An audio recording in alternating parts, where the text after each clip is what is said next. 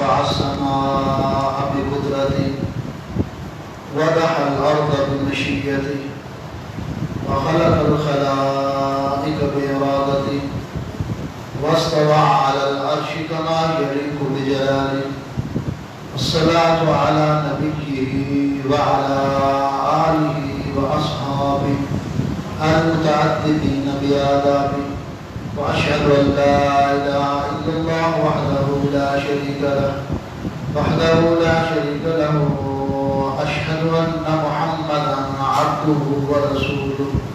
والصلاة والسلام عليك يا سيدي يا رسول الله وعلى آلك وأصحابك يا سيدي يا حبيب الله.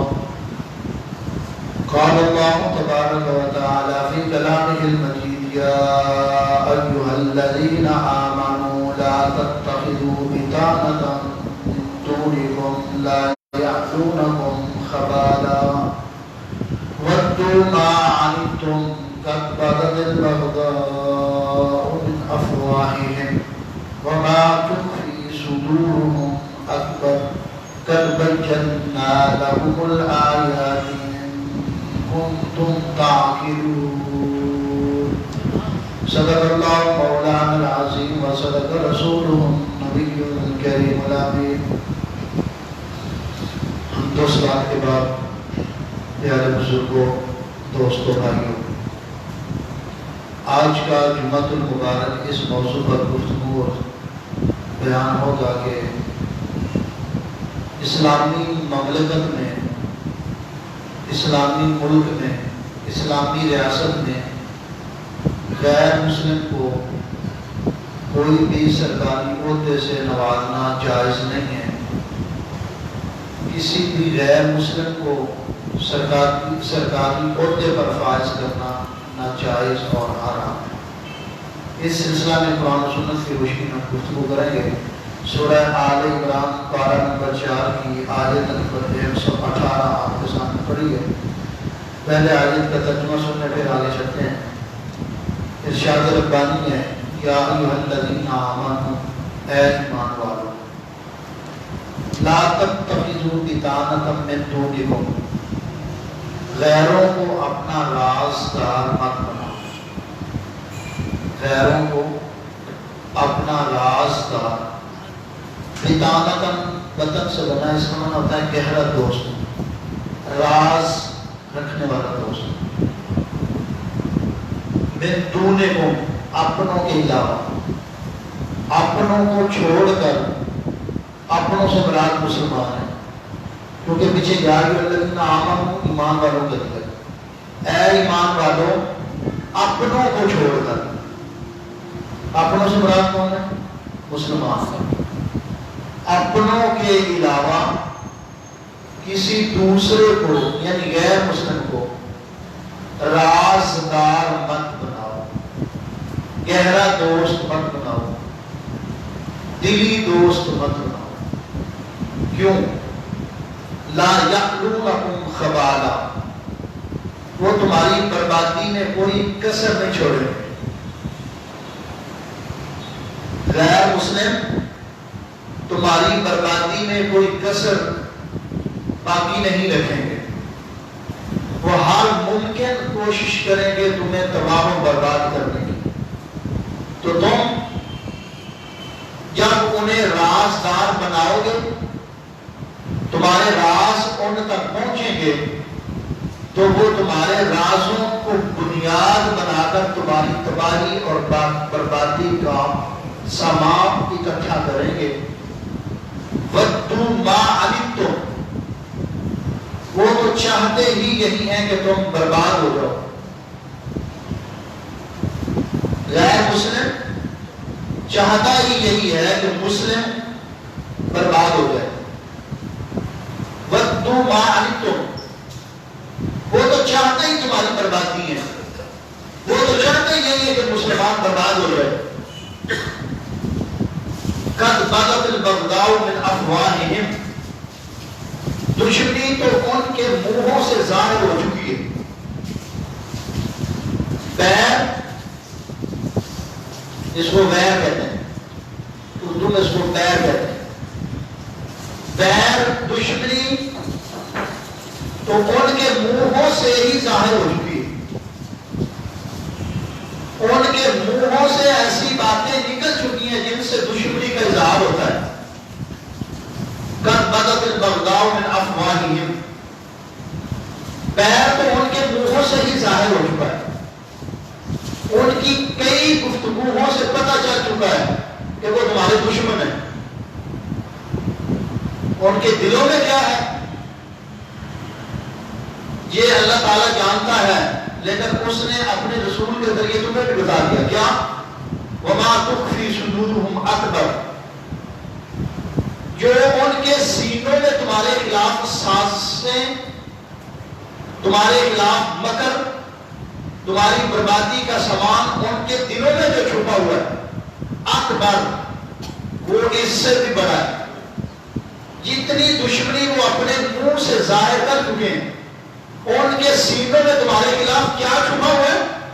وَمَا تُخْفِي صُدُورُهُمْ أَكْبَرُ، جو ان کے سینوں میں تمہارے خلاف سازشیں، تمہارے خلاف تمہاری بربادی کا سامان جو ان کے سینوں میں چھپا ہوا ہے، ان کے دلوں میں تمہارے خلاف جو پلاننگ ہے، جو تم چاہتے ہو کہ یہ ایسا نہ ہو، لیکن تمہاری بربادی کے حق میں تمہیں برباد اور تمہیں تباہ کرنے کے لیے جو ان کے سینوں میں چھپا ہوا ہے، اکبر، وہ اس سے بھی بڑا ہے.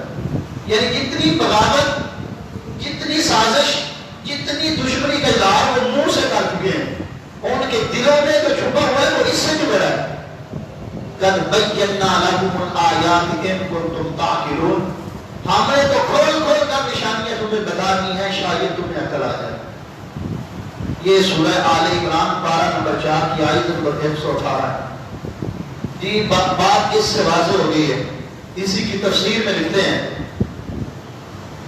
علامہ مولانا نعیم الدین مراد آبادی رحمۃ اللہ تعالی علیہ، یہ اعلیٰ حضرت رحمۃ اللہ علیہ کے ترجمے پر جو تفسیر ہے، وہ بزرگ ہیں، انڈیا کے بزرگ ہیں، جلیل القدر ہیں. فرماتے ہیں اس آیت سے ثابت ہوا کہ کفار سے دوستی اور محبت کرنا، کفار سے دوستی اور محبت کرنا اور انہیں اپنا رازدار اور مشیر بنانا ناجائز اور ممنوع اور حرام ہے.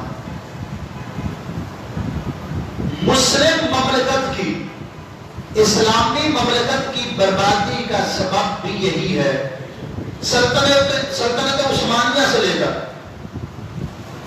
اور پھر اس سے بھی پیچھے چلے جائیں تو جس وقت بھی مسلمان برباد ہوئے ہیں، مسلمانوں نے اپنا، اللہ تعالیٰ نے انہیں مقام و مرتبہ دیا ہے، جب بھی اس کو مسلمان کھوئے ہیں، ان کی بنیادی وجہ اور بنیادی سبب بھی یہی ہے کہ غیر مسلموں کو عہدوں سے نوازا گیا.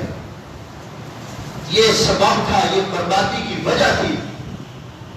یہ بات ذہن ہے، مجھے حیرت اور افسوس ہوتا ہے، قرآن کریم میں ایک جگہ نہیں کئی جگہوں پر یہود و نصارہ کے بارے میں آیا کہ یہ مسلمانوں کے دشمن ہیں، اور یہود اور نصارہ بھی مسلمانوں کو اپنا دشمن سمجھتے ہیں.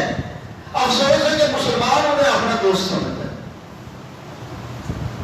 اس وقت بھی آپ کسی قادیانی کو لے لیں، کسی مرزائی کو لے لیں، کسی یہودی کو لے لیں، کسی نصرانی کو لے لیں، اس کے دل میں جتنا بغض مسلم کے بارے میں، مسلمانوں کے بارے میں ہے، یہ مسلمانوں کی سلطنت کے بارے میں، آپ سوچ بھی نہیں سکتے کہ یہود و نصارہ اور قادیانیت، مرزائیت یہ کتنا بغض رکھتی ہے. ہمارے ایک دوست ہیں جو قادیانیوں سے مسلمان ہوئے ہیں، ان سے ملاقات ہوئی تو بات پوچھتے رہے، قادیانیوں کے بارے میں، مرزائیوں کے بارے میں پوچھتے رہے. کہنے لگا کہ ہمارے دادا جان پر دادا جان سارے مرزائی مرے ہیں اور مرزائی تھے. میرے دادا جی اس وقت میں چھوٹا تھا، لیکن ابھی مجھے سمجھ تھی، جیسے یہ ہمارے بچے چھوٹے چھوٹے ان کو سمجھ تو ہے نا، اگرچہ چھوٹے ہیں. کہتے ہیں کہ ہمارے گھر میں جب کوئی مسلمان مہمان آتا تھا، ہمارے دادا ہماری دادی کو کہتے تھے کہ غیر مسلم آئے ہیں، شربت بھی غیر مسلموں والا بنانا ہے. کہتے کہتا ہے میں جب اپنی دادی سے وہ شربت لینے گیا مسلمان مہمانوں کے لیے تو میری دادی نے بنانے کے بعد اس میں تھوک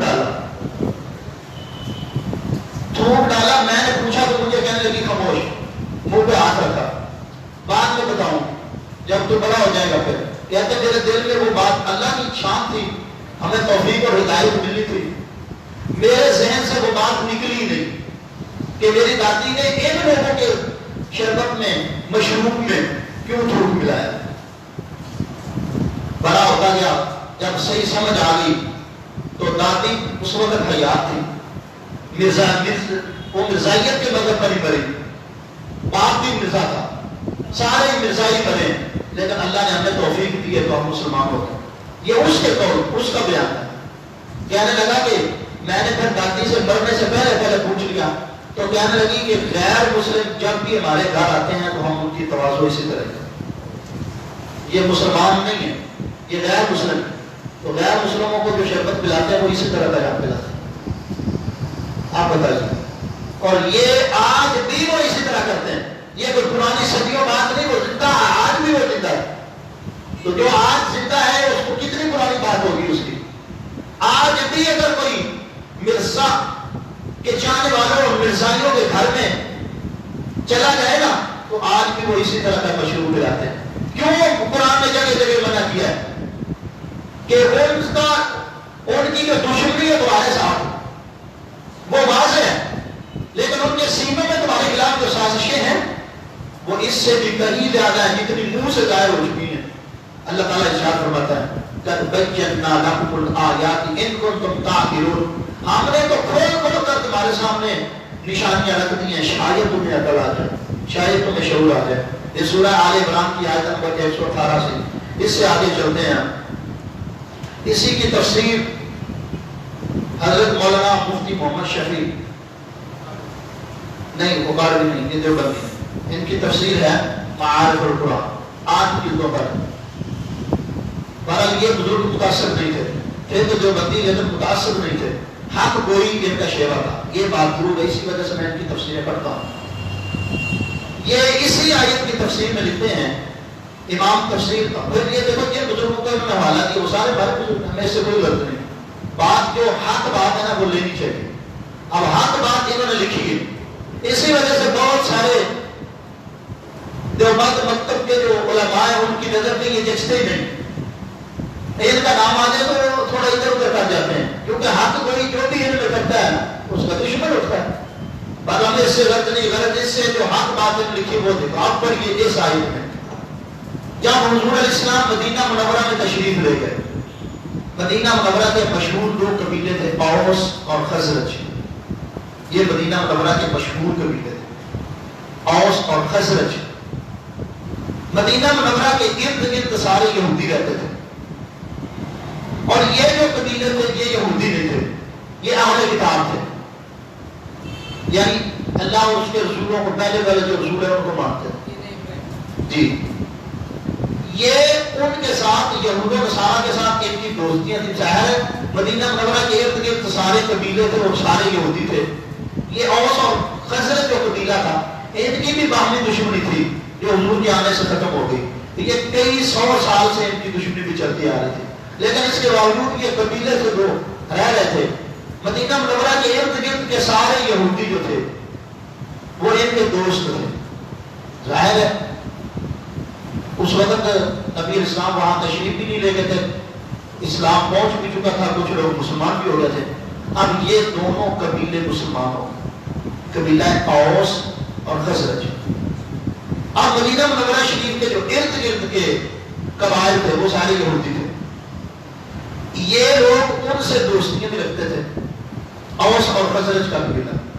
لکھتے ہیں کہ حضرت امام ابن جریر نے حضرت اکرمہ کے حوالے سے لکھا تھا کہ ان کے ساتھ جب حضور تشریف لے گئے تو مدینہ منورہ کے ارد گرد کے یہودیوں سے معاہدہ ہوا، مسلمانوں کا حضور علیہ السلام نے معاہدہ فرمایا کہ ہم تمہارے سے جنگ نہیں کریں گے، تم ہمارے خلاف جنگ نہیں کرو گے، نہ ہمارے اوپر جو حملہ آور ہوگا اس کا تم ساتھ دو گے، نہ تمہارے اوپر حملہ آور ہونے والوں کا ہم ساتھ دیں گے، بلکہ ہمارے اوپر جو حملہ آور ہوگا ہم اکٹھے مل کر اس کا مقابلہ کریں. انہوں نے یہ بات منظور کر لی، مگر یہ دیکھو انہوں نے لکھا ہے کہ پھر بھی یہودی تھے. یہودی کب چاہتا ہے کہ مسلمان سکھ کا سانس لے. پھر دور بھی وہ دیکھو جو رسالت کا دور تھا، اور حضرت ابو بکر صدیق، حضرت عمر، عثمان غنی، مولا مشفق کشان جیسے لوگ حضور کے پیچھے کھڑے ہوتے تھے. وہ دور ہے جو سب سے پاکیزہ دور تھا.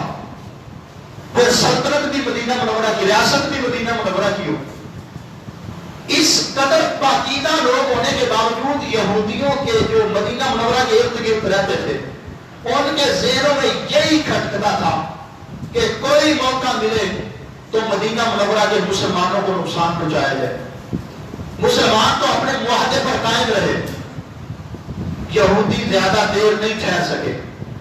یہودیوں نے مسلمانوں کے ساتھ کیونکہ معاہدہ تھا، مسلمانوں کے اندر گھل مل رہے تھے، تو کی غداری. اس وجہ سے میں بار بار یہ کہتا ہوں اپنی کئی تقریروں میں کہ دشمن سے پہلے غدار کو کیفر کردار تک پہنچانا بہت ضروری ہے. اب مدینہ منورہ میں جو یہودی تھے، ان یہودیوں سے میل جول تھا منافق لوگوں کا بھی. اب منافق سارے راز یہودیوں کو دیتے. یہودیوں کے بعد جب کیونکہ مسلمان منافق بظاہر مسلمان تھے، عبداللہ بن ابی اور اس کی ساری اولاد الا ماشاءاللہ، اولاد سے مراد اس کے سارے دوست قریبے چریدے فریدے تھے اس کے. اب یہ کیا کرتے تھے؟ مسلمانوں کے اندر رہتے تھے. مسلمانوں کے راز یہ مدینہ منورہ کے ارد گرد جو یہودی تھے ان کو پہنچاتے، اور وہ پھر مشرکین مکہ جو تھے جہاں سے انہوں نے ہجرت کر کے تشریف لائے تھے، مکہ شریف کے سارے جو مشرک تھے یہ سارے راز ان کو پہنچاتے. نتیجہ آپ کے سامنے اس کے بعد جنگیں ہوئی، جنگ بدر ہوئی، جنگ احد ہوئی. یہ یہودیوں نے سازشیں کی اور مسلمانوں کے اندر جو مسلمان بظاہر تھے ان کے ذریعے سے سازشیں کر کے مسلمانوں کے خلاف انہوں نے قدم اٹھائے. اور یہودی زیادہ دیر، اب چونکہ ان کا معاہدہ بھی تھا، ان کی دوستی بھی تھی، اس دوستی نے نقصان پہنچایا اسلام کو. چونکہ قرآن نے فرمایا نا کہ ان سے دوستی نہیں کرنی، ان کو رازدار نہیں بنانا. اب جب مسلمانوں کے اندر سے سارے راز یہودیوں کو جاتے، یہودی سارے راز مشرکین مکہ کو پہنچاتے، نتیجہ آپ کے سامنے کہ غداری ہوئی، دشمنی ہوئی. اللہ تعالیٰ نے ان آیات میں منع کر دیا کہ یہودیوں کو اپنا رازدار مت بناؤ. تو جو مسلمان اوس اور خزرج قبیلے کے تھے یہ سارے پھر تعلقات جو دوستانہ تعلقات تھے وہ ان سے ختم کر دیے، اور اب ان کے ساتھ آپ ابدی اسلام نے ان کے قوانین بتائے. اسلام ان کو مراعات دیتا ہے، ان کے ساتھ احسان کرو، ہمدردی کرو، ان سے حسن سلوک کرو. جن چیزوں کا اسلام حکم دیتا ہے یا اجازت دیتا ہے ہم اس کے پابند ہیں. ان سے ان کے اندر انصاف کرو. اگر تمہارے ملک میں کوئی مسلمان غیر مسلم رہتا ہے، چاہے وہ ادھر کا پیدائشی ہے یا ویزا لے کر آیا یا معاہدہ کر کے رہ رہا ہے، جس کو ذمہ کہتے ہیں، ان کے حقوق ہیں اسلام میں، ان کے حقوق ان کو دیے جائیں. اس کے ہم مسلمان خود بھی قائل ہیں. مگر سرکاری عہدوں پر فائز کر کے ایک بات یاد رکھیں، اس کو عربی میں ولایت کہا جاتا ہے. کافر کبھی بھی مسلم پر ولایت نہیں حاصل کر سکتا. یہ قانون بھی ہے قدرت کا بھی اور مسلمانوں کا بھی. کسی کافر کو، نان مسلم کو، مسلم کنٹری میں رہ کر مسلم کے اوپر اس کو ولایت کا حق نہیں ہے. یہ قرآن اور سنت دونوں کے خلاف. لہذا کم سے کم ہمارے بغیرت مسلمانوں کو روس اور چین سے ہی سبق حاصل لینا چاہیے کہ ان کے ملک میں، روس اور چین میں قانون ہے کہ جو ان کے مذہب کا پیروکار ہے وہ سرکاری عہدے پر فائز ہو سکتا ہے. دوسرا کوئی بندہ بھی سرکاری عہدے پر فائز نہیں ہو سکتا. یہ گرا گزرا اور گندا ترین عقیدہ اور سوچ یہ صرف پاکستان کے حکمرانوں کی ہے جن کی غیرت گندی نالی میں بہہ چکی ہے. روس اور چین جیسا ملک جو اس وقت ہماری نظروں میں ترقی یافتہ ہے، حقیقت میں کیا ہے یہ اللہ اور اس کا رسول جانتا ہے. مگر یہ کہ ان کا قانون ہے یہ جو ان کے عقیدے پر نہیں ہے، جو وہاں کا قانون ہے، جو وہاں کا عقیدہ ہے اس کے مطابق جو نہیں ہے وہ سرکاری عہدے پر فائز نہیں ہو سکتا۔ مسلمانوں کے حکم ملک میں بھی یہ قانون ہونا چاہیے، جو اسلامی ریاست ہے، اسلامی مملکت ہے، اس میں مسلمان کے علاوہ کوئی بھی سرکاری عہدے پر فائز نہیں ہو سکتا۔ مسلمان مر گئے، مسلمانوں میں کوئی اس قابل نہیں ہے۔ اسی سلسلہ میں ایک حدیث ہے جو حضرت فاروق اعظم کی بھی ہے، میں آپ کو وہ حدیث بھی سنا دیتا ہوں۔ قرآن کی دوسری آیت ہے، وہ بھی میں پڑھ دیتا ہوں پہلے، پھر اس آیت کے بعد پھر اس واقعہ کی طرف بھی چلتے ہیں۔ پہلے میں نے سورہ آل عمران کی آیت پڑھی 118، اب سنیے پارہ نمبر 6 سورہ آل مائدہ اس کی آیت نمبر 51۔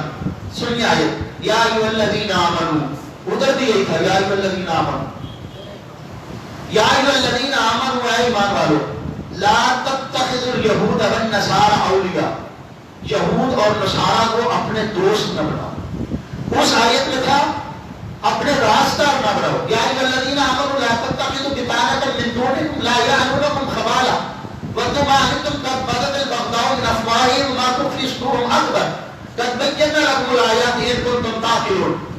یہ آل عمران کی آیت نمبر 118 میں اور سورہ مائدہ کی آیت نمبر 51 میں ہے کہ ان کو اپنا دوست نہ بناؤ، ان کو یار نہ بناؤ۔ کیوں؟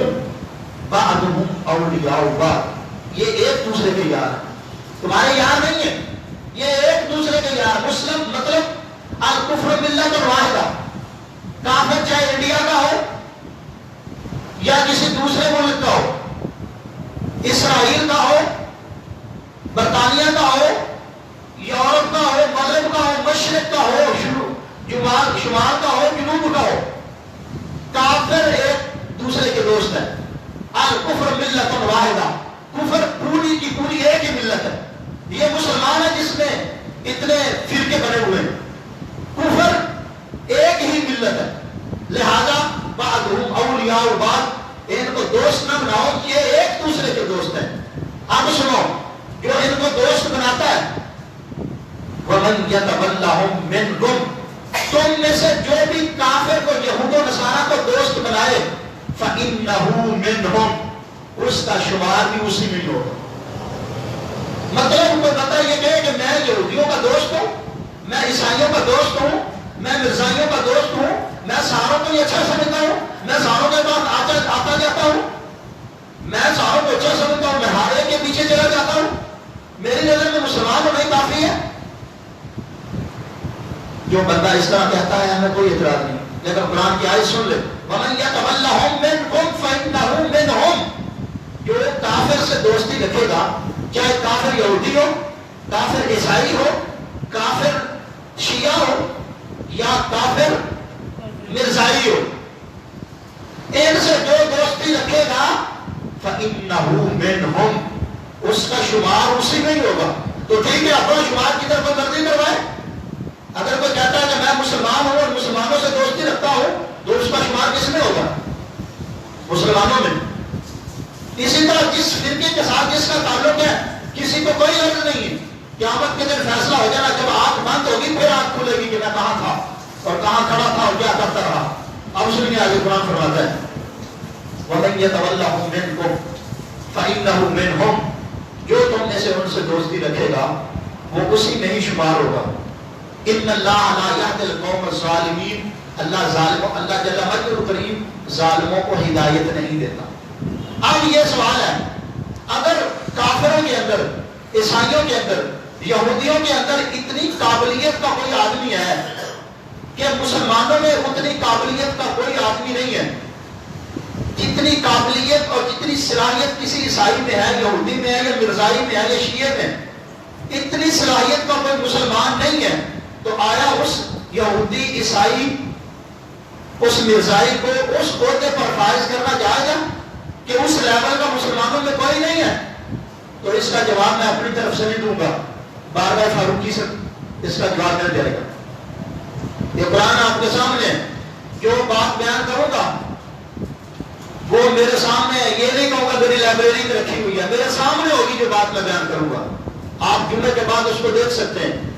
پلپلے لوگوں کا کوئی حق نہیں، پلپلے لوگ تو یہاں بھی آ کر کہہ دیتے ہیں یہ نمازیں کس طرح ہو رہی، جس طرح حکومت نے آ کر دی اس طرح پڑھاؤ، تو پڑھو، جہاں دل کرتے جا کے پڑھو، اب سنیں بات دوسری طرف نہ نکل جائے. کیا جواب؟ سوال کیا ہے کہ اگر مسلمانوں میں، عیسائیوں میں، بد مذہبوں میں یا مرزائیوں میں اتنی قابلیت کا کوئی آدمی ہے کہ مسلمانوں میں اتنی قابلیت کا کوئی نہیں ہے، تو آیا کسی غیر مسلم کو مسلم کنٹری میں، اسلامی مملکت میں عہدے پر، سرکاری عہدے پر فائد کرنا جائز ہے کہ نہیں؟ پرائم منسٹر صاحب کی طرف سن لیں، سنیے اس کا جواب. میں نے دی وہ آتا ہے کہ مول صاحب اپنے طرف سے دے رہے ہیں. یہ قرآن آپ کے سامنے کھلا ہوا ہے اور اسی قرآن کی تفسیر میں سورہ المائدہ کی آیت نمبر 51 پارہ نمبر 6 یہ قرآن ہے آپ کے سامنے. اس آیت کی تفسیر پڑھ لیں، اور یہ میرے باپ نے نہیں لکھی کہ کہیں آپ اپنے والد صاحب کی تفسیر اٹھا کے لے آئیں، نہ میرے دادا کی ہے نہ میری ہے، یہ جن کی ہے وہ جواب دیں گے. اور یہ سلسلہ چل رہا ہے حضرت فاروق اعظم رضی اللہ تعالیٰ عنہ تک، وہاں سے جواب ملے گا. جو اس پر اعتراض کرے گا وہ حضرت فاروق اعظم کو جواب دے جاتا ہے. اب سنیے، حضرت ابو موسیٰ اشعری رضی اللہ تعالیٰ عنہ بصرہ کے گورنر تھے. کوفہ اور بصرہ شہر ہے نا عراق کے، کوفہ جہاں مولا مشکل کشا بھی تشریف فرما تھے. حضرت امام اعظم بھی وہاں کے تھے. بصرہ، کوفہ اور بصرہ، یہ بصرہ کے گورنر تھے حضرت ابو موسیٰ اشعری رضی اللہ تعالی عنہ. یہ وہاں گورنر تھے. ان کو کسی منشی اور کاتب کی ضرورت تھی جو خط لکھے، خط آئے تو بڑھے، جو کتابت کے جو معاملات تھے لکھنے لکھانے کے، اس کو عربی میں کتابت کہتے ہیں. ظاہر میں ضرورت پڑتی ہے لکھنے کی، خط لکھنا، خط آئے تو بڑھنا اور معاملات ہے. سارے یہ لکھنے کے معاملات جو تھے نا، یہ حضرت ابو موسیٰ اشعری نے اپنی وسعت اور طاقت کے مطابق دیکھا تو ان کو مسلمانوں میں اس قابلیت کا کوئی آدمی نہیں ملا. انہوں نے ایک عیسائی کو اس عہدے پر فائز کر دیا. دور تھا فاروقی، اس عہدے پر فائز کرنے والے بھی صحابی رسول حضرت ابو موسیٰ اشعری تھے. اب سمجھ آ رہی ہے؟ حضرت ابو موسیٰ اشعری نے ایک نصرانی کو، ایک عیسائی کو اپنا منشی مقرر کر لیا اور لکھنے کے سارے معاملات کو اس کے سپرد کر دیے. خط آتا تو اسی سے پڑھواتے، کوئی لکھنا ہوتا اسی سے لکھواتے. باقی گورنر تھے، مملکت کے جتنے بھی امور لکھنے لکھانے کے متعلق تھے وہ سارے اس نصرانی کے سپرد کر دیے. دور کون سا تھا؟ رضی اللہ عنہ. عیسائی کو مسلمانوں کی حکومت میں بصرہ شہر میں سرکاری عہدے پر فائز کرنے والے کون تھے؟ صحابی رسول حضرت ابو موسیٰ اشعری رضی اللہ تعالیٰ عنہ. یہ دونوں، وہ منشی کاتب اور حضرت ابو موسیٰ اشعری، ان کو کوئی کام تھا، یہ مدینہ منورہ میں آ گئے. وہ بھی ساتھ تھا. جب مدینہ منورہ میں پہنچے تو حضرت فاروق اعظم رضی اللہ تعالیٰ عنہ سے ملاقات ہوئی مسجد نبوی شریف کے باہر. تو چونکہ اس وقت سارے معاملات مسجد میں طے ہوتے تھے، یا کوئی میٹنگ ہوتی، جو بھی مسئلہ مسائل ہوتا اس کا حل زیادہ تر مسجد نبوی شریف میں صحابہ کرام کرتے تھے، نبی اسلام بھی وہاں. تو آپ نے حکم دیا کہ سارے مسجد میں بیٹھا، میں آ رہا ہوں. اب سارے مسجد میں گئے اور وہ عیسائی جو کاتب تھا حضرت ابو موسیٰ اشعری کا منشی تھا وہ بھی مسجد میں چلا گیا. آپ پریشان ہو گئے کہ قرآن فرماتا ہے کہ مسجد میں مشرک نہیں جا سکتا، یہ تو چلا گیا. بہرحال حضرت فاروق اعظم جب جانے لگے نا، فرمایا نا آپ ٹھہرو میں آ رہا ہوں. جب رخ مبارک موڑا تو آپ نے فرمایا، حضرت ابو موسیٰ اشعری کہنے لگے کہ وہ جو کاتب میرے ساتھ آیا نا وہ عیسائی ہے، وہ مسجد میں چلا گیا. حضرت فاروق اعظم کو جلال آ گیا، ادھر ہی کھڑے ہوتے، میں کام بعد میں کروں گا، پہلے اس کو بولا. اس کو حضرت ابو موسیٰ اشعری کے سامنے کھڑے ہو کر پوچھا. آپ قرآن کی یہ آیت سنائی، فرمایا اے ابو موسیٰ اشعری تو نے قرآن کی آیت نہیں پڑھی؟ عرض کیا کون سے؟ فرمایا یا ایھا الذین آمنوا لا تتخذوا بطانۃ من دونکم لا یألونکم خبالا. وہ سورہ آل عمران کی آیت نمبر 118 پڑھ کر سنائی. یہ آیت تو نے نہیں پڑھی؟ عرض کیا پڑھی ہے. فرمایا اس آیت میں کیا ہے؟ عرض کیا اس آیت میں کہ ان کو رازدار نہ بناؤ. فرمایا ہوتا تیرا رازداری نہیں ہے، جو لکھو گے رازداری نہیں ہے، جو خط میں اس سے لکھواؤ گے اور لکھوا کر کسی کو بھیجو گے وہ راز نہیں ہے، تو تم نے اس کو رازدار بنایا. آگے سنیے، حضرت ابو موسیٰ اشعری کہنے لگے میں نے بتھیری کوشش کی ہے، بارہا کوشش کرنے کے باوجود مسلمانوں میں اتنی قابلیت کا کوئی آدمی نہیں ملا، بہمر مجبوری میں نے نصرانی کو کاتب رکھا کہ مسلمانوں میں اس قابلیت کا کوئی نہیں تھا۔ سوال سمجھ آ رہا ہے؟ مسلمانوں میں اس قابلیت کا کوئی ملا نہیں، بہمر مجبوری میں نے رکھا، اس کا مذہب اس کے ساتھ، مجھے اس کے کام سے غرض ہے۔ تو یہ ابو موسیٰ اشعری بھی جانتے تھے کہ میں بات کر رہا ہوں تو کس کے سامنے کھڑا ہوں؟ اس کے سامنے کہ جس سے شیطان بھی اپنا رخ موڑتا ہے، شیطان بھی دور بھاگتا ہے، رستہ چھوڑتا ہے۔ فاروق اعظم رضی اللہ تعالیٰ عنہ جلال میں آ گئے، فرمایا تو کیا کہتا ہے کہ مسلمانوں میں اتنی قابلیت کا کوئی نہیں، سمجھ لے آج یہ مر گیا ہے، پھر سمجھ لے یہ مر گیا ہے، آج مر گیا ہے، کیا کرے گا؟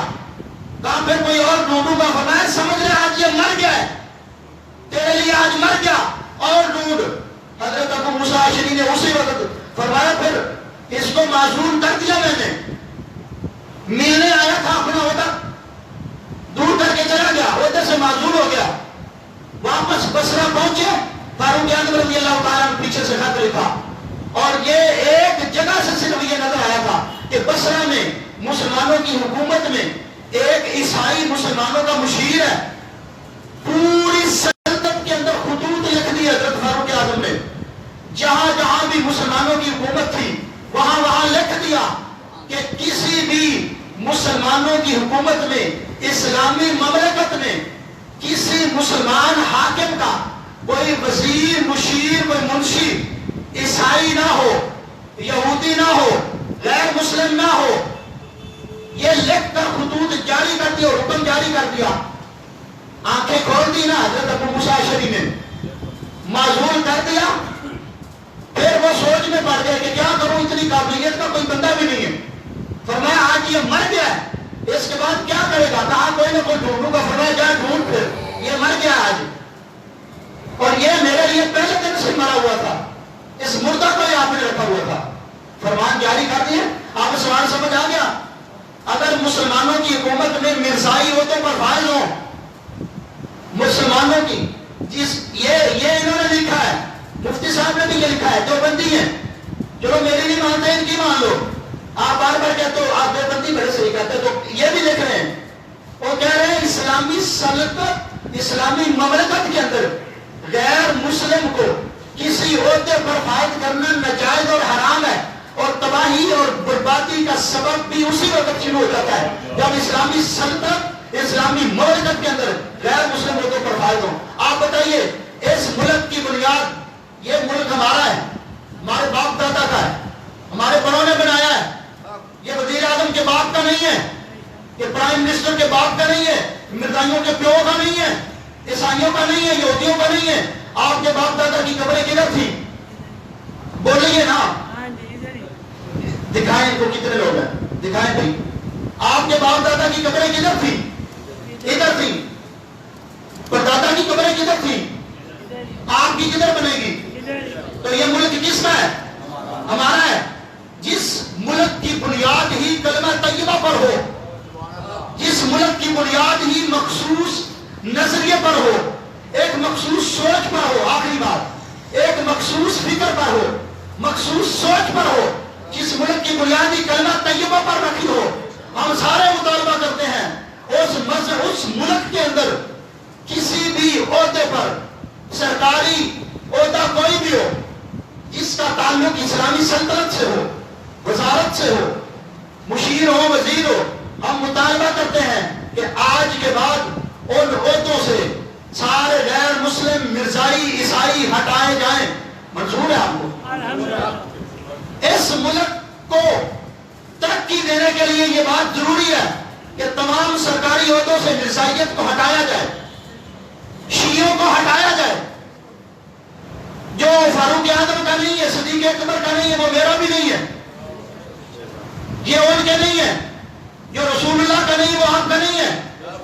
لہذا اس ملک میں جس کی بنیاد ہی ایک مخصوص نظریے پر تھی، ہم اس ملک میں رہ کر مطالبہ کرتے ہیں کہ اس ملک کے تمام سرکاری عہدوں سے مرزائیوں کو ہٹایا جائے.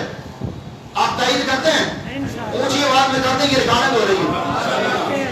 آپ میری تائید کرتے ہیں کہ پورے ملک سے سرکاری عہدوں سے مرزائیوں کو ہٹایا جائے، شیعوں کو ہٹایا جائے، عیسائیوں کو ہٹایا جائے، یہودیوں کو ہٹایا جائے.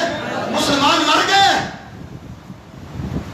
اگر اس وقت مسلمان حضرت ابو موسیٰ شریف نے رکھ لیا تھا تو غیر مسلم، تو وہ فاروق اعظم نے ہٹا کر کے بتا دیا کہ مسلمان سب کچھ کر سکتے ہیں، جو اپنی گردن کٹا سکتا ہے وہ اور کچھ نہیں کر سکتا. لہذا ہمارے ملک میں ہمارے ملک کو ترقی دی جائے، ہمارے ملک کو ترقی کے ساتھ ساتھ اس کی معیشت کو عروج دیا جائے، اور اس کی عروج اور اس کی ترقی کا بنیادی سبب یہ ہے کہ تمام سرکاری عہدوں سے غیر مسلموں کو ہٹایا جائے. آپ تائید کرتے ہیں؟ انشاءاللہ. انسان اسلام جو ہے نا، اسلام یہ دبنے کے لیے نہیں آیا. لاکھ اس کو دباؤ، اسلام دبے گا. اس کو دبانے والے دب جائیں گے. کسی کو پتا ہے، آخری بات ہے، کسی کو پتا ہے کہ وہ میانی والے بزرگ غازی علم الدین شہید، اس کے دور میں جتنوں نے ان کے خلاف سازشیں کی، آج کوئی نام جانتا؟ لیکن غازی کا نام سارے جانتے ہیں. آج جنہوں نے ان بزرگوں کے ساتھ دھوکے کیے ہیں، سب کے نام مٹ جائیں گے، لیکن اسلام مٹے گا. یہ آفاقی مذہب ہے، اس کی حفاظت کا ذمہ ہم نے لیا ہے، صرف ہم نے اپنا حصہ ڈالنا ہے. انشاءاللہ ایک وقت آئے گا کہ ملک پاکستان امن سلامتی کا گہوارہ بنے گا، اور اس سے غداروں کا اور غیر مسلموں کا خاتمہ ہوگا. اگر کوئی رہیں گے، مرزائی رہیں گے تو رہیں، لیکن کافر بن کر رہیں. مرزائی رہتے ہیں تو رہیں. ملک پاکستان میں کوئی مرزائی رہنا چاہتا ہے تو رہے، لیکن کافر بن کر رہے. اگر کافر بن کر نہیں رہتا، اپنے آپ کو مسلمان کہتا ہے، تو پھر نہیں، پھر مرتد بنے گا. پھر واجب القتل بھی ہے، مرتد بھی ہے منظور. اور انشاءاللہ ایک وقت آئے گا کہ ہم اپنی آنکھوں سے، انشاءاللہ نہیں تو ہماری اولادیں اپنی آنکھوں سے پاکستان میں اسلام کی بہار دیکھیں.